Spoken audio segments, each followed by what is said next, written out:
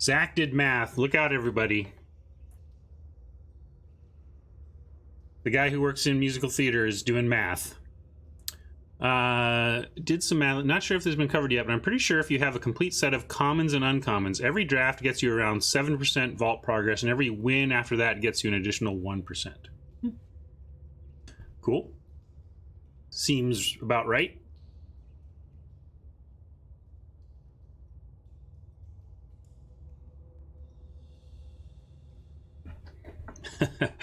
It's a status effect in D&D. It's a status effect in human beings, unfortunately. Media likes the RNA. I wish they would update the bots. I think if the bots really prioritized Gate Colossus and tweaked so that they didn't disrespect Soarform Hybrid and skewer the critics so much, I think the bots could be in a good place. But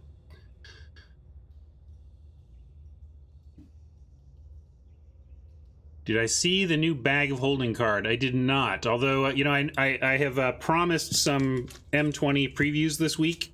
They will, I don't know if Dionysus is here, but if not, he'll probably catch the VOD or the YouTube or whatever. But my plan is to take a look at M20 stuff if we need a network time killer, if I've got 45 minutes before noon or something, and we just finished a draft, we'll turn to that.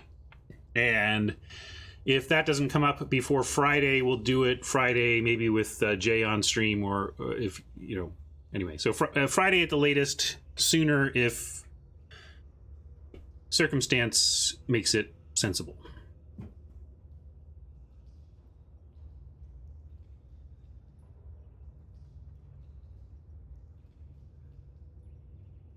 M20 is looking spicy. Interesting.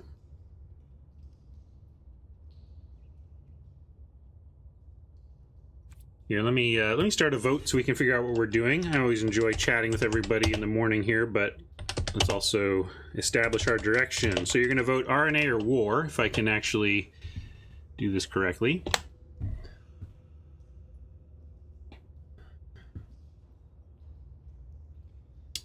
And while the voting is going, I wanted to mention I uploaded my screed on the limited ranking system and best of 3 in traditional, and how there's no traditional ranked draft. And I always feel like whenever I talk about that subject, I kind of go off, but then I don't always hit everything I meant to hit on the topic. So one of the things I did in this in the YouTube video I posted of that rant, I included a kind of a text bullet point list of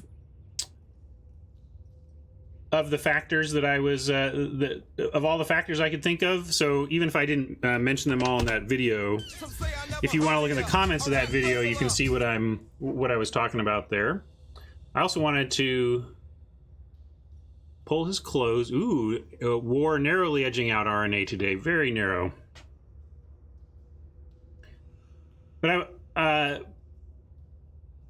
before we jump into the draft, I did want to...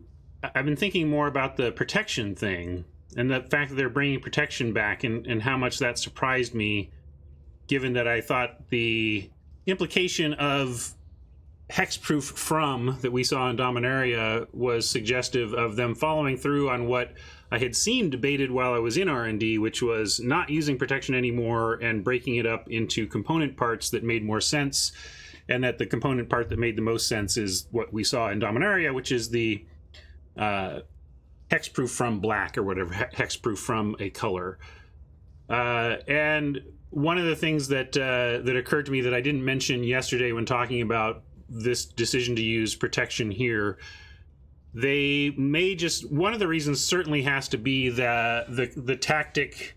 R&D has this tactic in sets where it's like every set has something in it that crushes whatever the set from 18 months ago was doing. So like R&D does the thing where they will create a problem and then solve it, so or create something powerful and then knock it down a few pegs after it's had its time in standard. So in a sense, I think the decision to go with protection-based creatures in M20 is a referendum on the monocolored decks that have emerged from the Dominaria rare cycle. The mono white, mono blue, and mono red in particular have really taken advantage of the CCC rare card. That CCC is R&D speak for color, like blue, blue, blue, red, red, red, or white, white, white. Those cards were so pushed that somewhat of this, it seems like a pushback on those specific decks for standard. I'm just a little disappointed because I feel like Mark is saying, oh, well, it's a great tool for metagame balance. It's like, well, I feel like sometimes I get mixed lessons from Mark.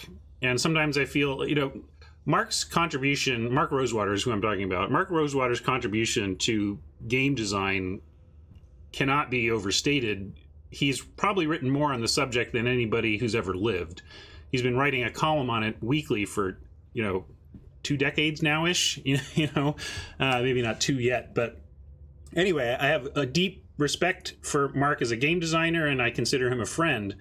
But I also feel like he's a marketing voice for Wizards and for R&D, and a lot of times I feel like the design lesson of the week is a little bit retrofitted to justify a design decision made by R&D. You know what I mean? Like, I feel like it's hard to be consistent over 15 years of game design writing or whatever, but I often feel like, and you're allowed to evolve too, right? Part of game design is iteration, so it's totally fine if Mark Rosewater today does not agree with Mark Rosewater from 10 years ago on something, from 5 years ago on something, from 2 years ago on something.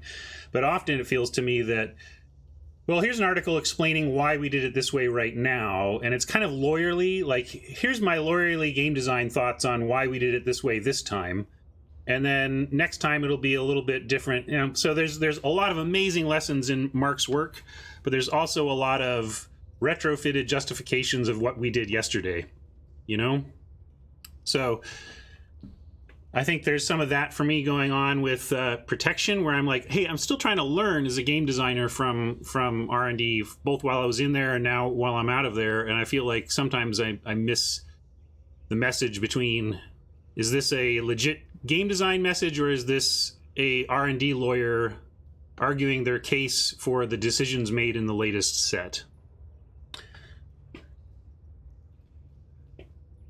Thank you for your attention during a little side rant there. I just wanted to follow up too, because I have been thinking about that. It was so surprising to me. Yeah, James Wanders. He's also, which is I think the fact that he's writing today about what people did 18 months ago, and that's hard as well. So you kind of get into lawyer mode there, just like, well, let me come up with an explanation and then sell that, Little mini soapbox, yeah. I just kind of following up on the conversation yesterday about the return of protection. But I just want to reiterate how much I love Mark Rosewater and appreciate him and value his brain and his mentorship. So when I'm critical of him, I just want to also make sure I'm clear about my love for the man.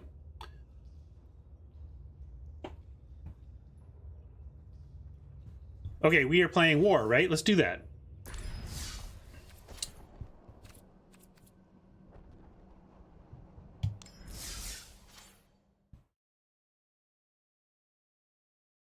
Tell me if I got the voting wrong. I didn't think. Also, I want to check chat.